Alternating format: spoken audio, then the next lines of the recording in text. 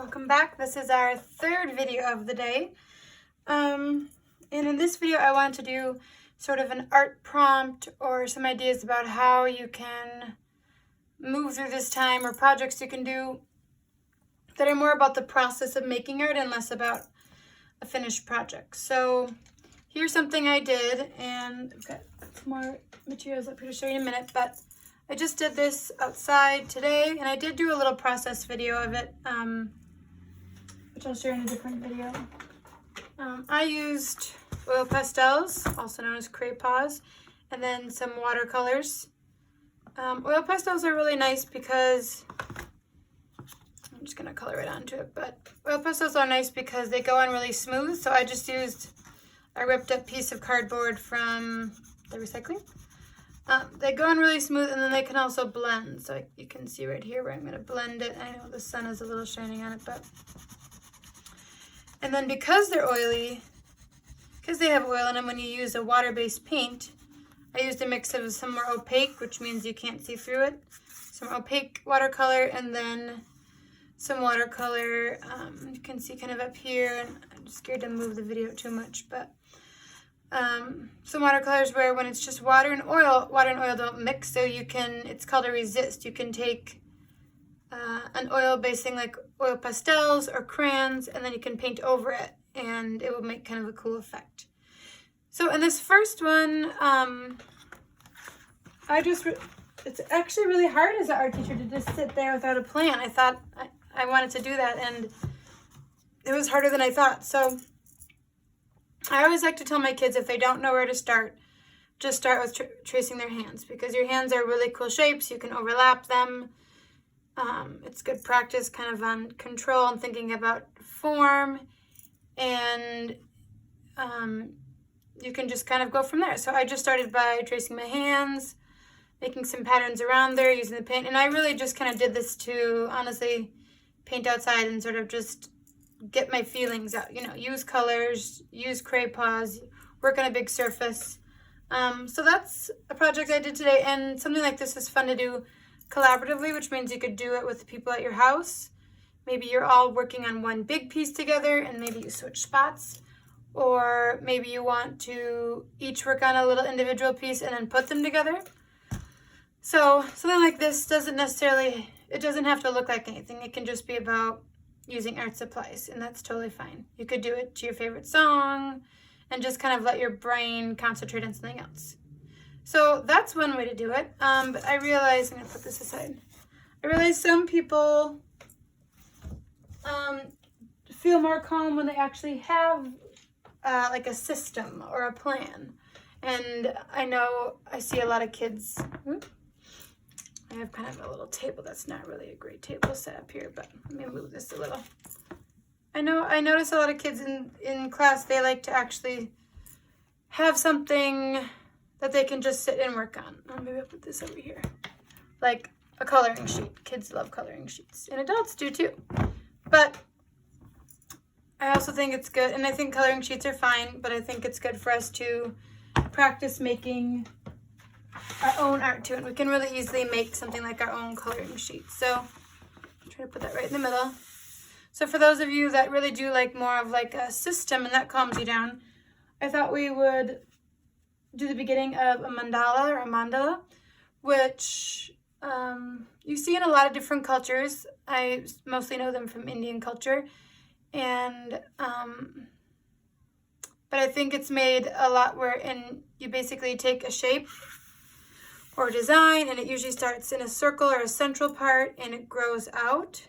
And then oftentimes, like with Tibetan mandalas, they'll be made out of colored sand that they lay down really delicately, and then at the end of it they smear it and let it go. Like I watched one in Montana, and it took them days to do it, and then when it was over, they smeared the sand and took it to the river, and that was just part of the process. That was kind of letting go, which I think is a nice idea when we think about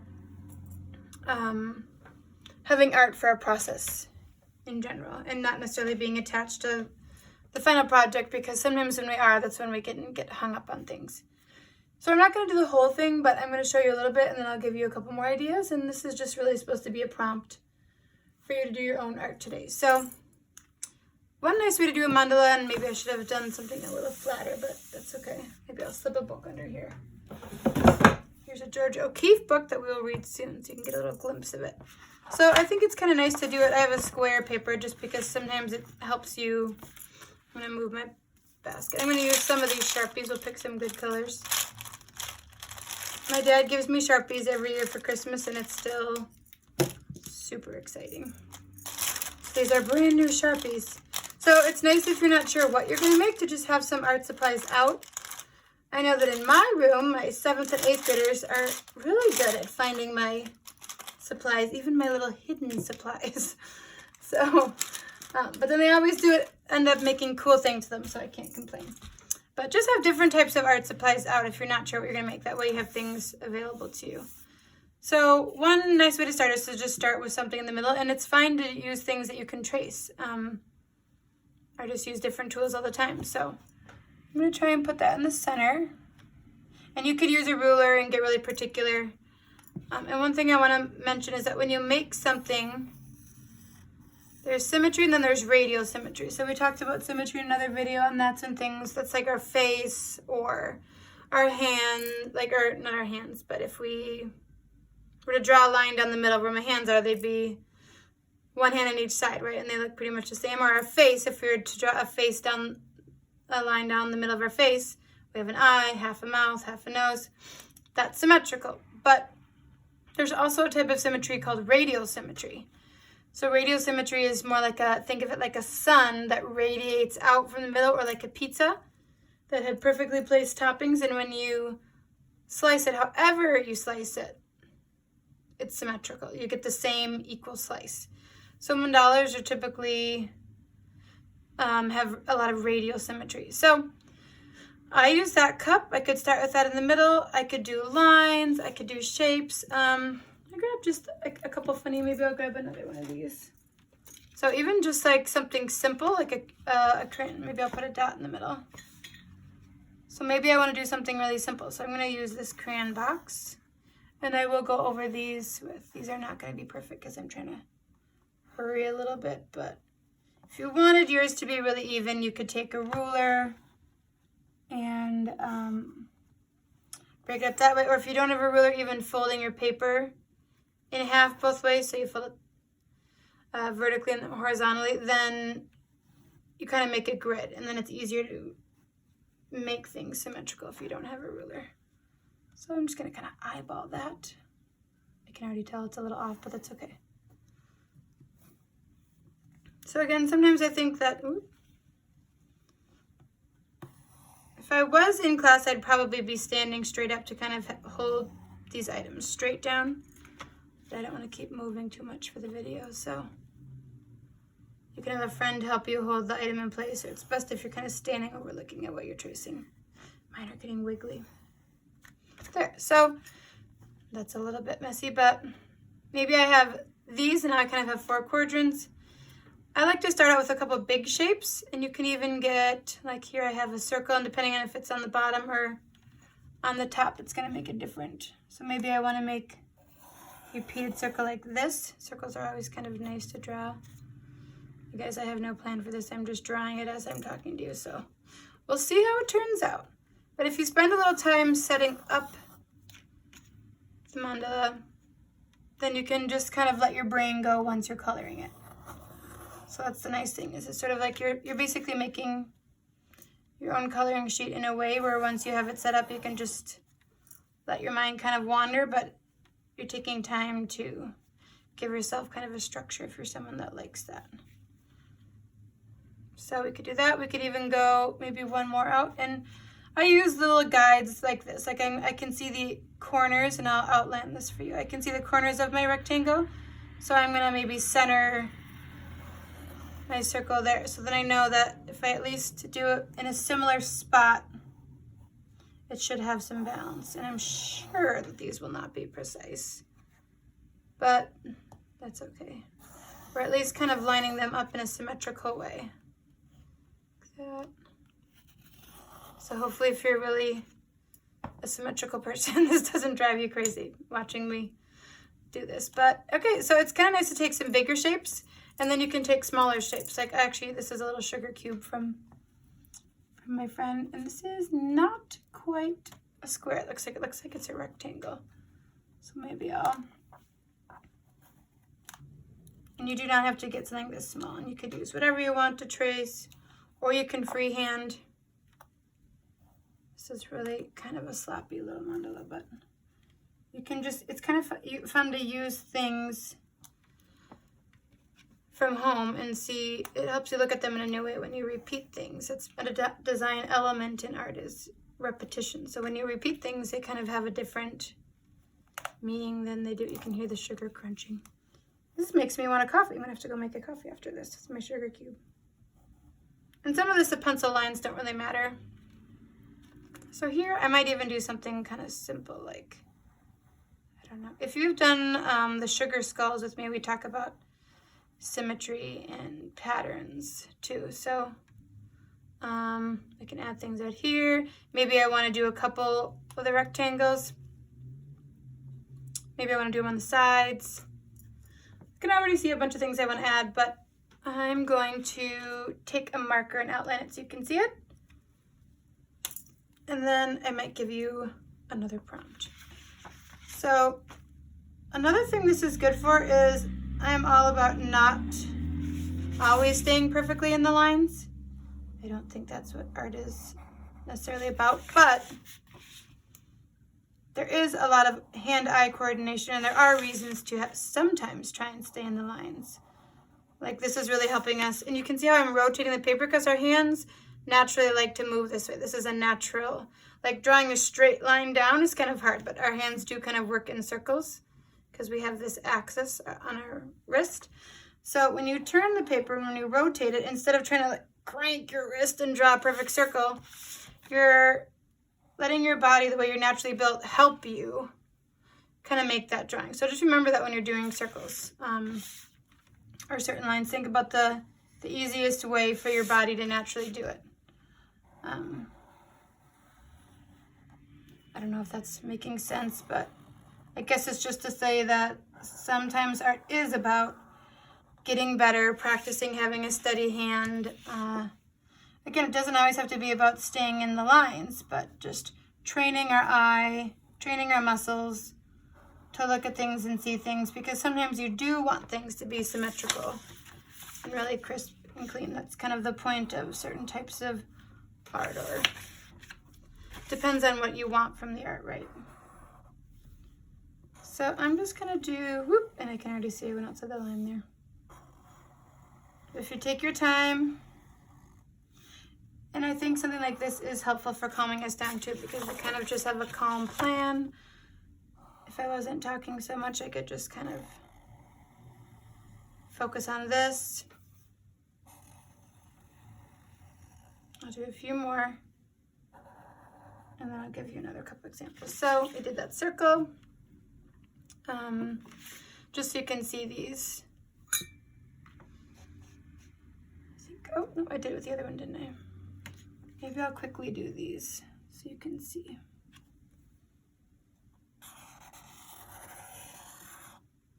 So then, if you wanted, you could do, if you have a bunch of Sharpies, you could color these in a Sharpies, but mandalas are also a neat way because we have so many overlapping shapes, and overlapping means that the two, like here my circles are overlapping and my circle and my rectangle are overlapping. Every time a shape overlaps, it makes a new shape with the other shape. So this is also a fun time to practice like different types of drawing, things like cross-hatching or color layering, because maybe I want to color this circle all one color, and then I want to color the rectangle a different color, and then the color that happens when the two overlap is a new color, which is really fun. So something like that wouldn't work as well with Sharpies, but it would work really well if you had colored pencils, and even crayons tend to blend pretty well. Okay, well, I might as well just do it now because I've done most of them.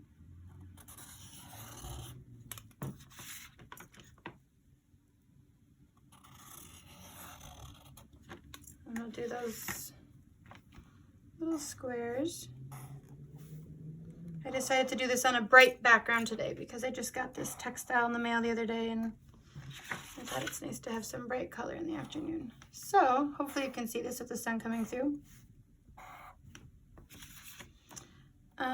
So this is just the beginning. I think I'm going to end here so this video doesn't get really long. But yeah, so it's pretty easy to basically make your own sort of calming or mindfulness meditation coloring sheet.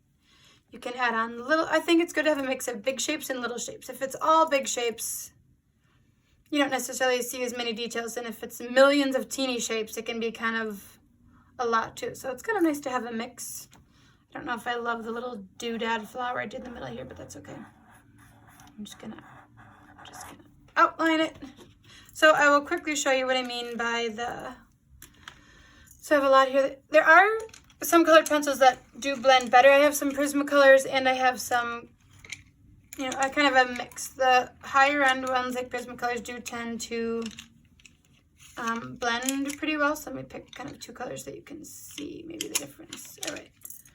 But most colored pencils will a little bit, but they might not all the exact same. And I'm not going to color in the whole shape. I'm just going to show you what I mean by blending. So say I want to do, and I like to start out doing light because you can always go back. If you're making a lot of like pencil pigment dust, you're probably pushing too hard on your colored pencils because you can just layer them. So I'm going to do this little slice. And now I'm going to say that I'm doing this slice another color. Maybe I want to do this whole circle, this orange, because I'm really into this orange right now. So you can see that where these two colors cross, they're already becoming another color. And then maybe this section is going to be another color too. So again, these are Prismacolors. And even Prismacolor has Prismacolor Student and Prismacolor, I can't remember, I think Prismacolor Premier it's called. They are pretty high end, they are pretty expensive. So you don't need to have fancy supplies, but even if you can get a small pack of Prismacolors. I'm not staying in the lines. I'm trying to color kind of quickly, but I want to go, find one more maybe to show you. So maybe I really want to see this overlap in color. So I'll go over it again.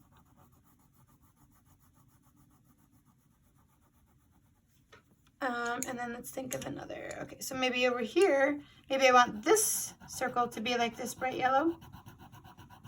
And I'm going to see what happens when these colors overlap.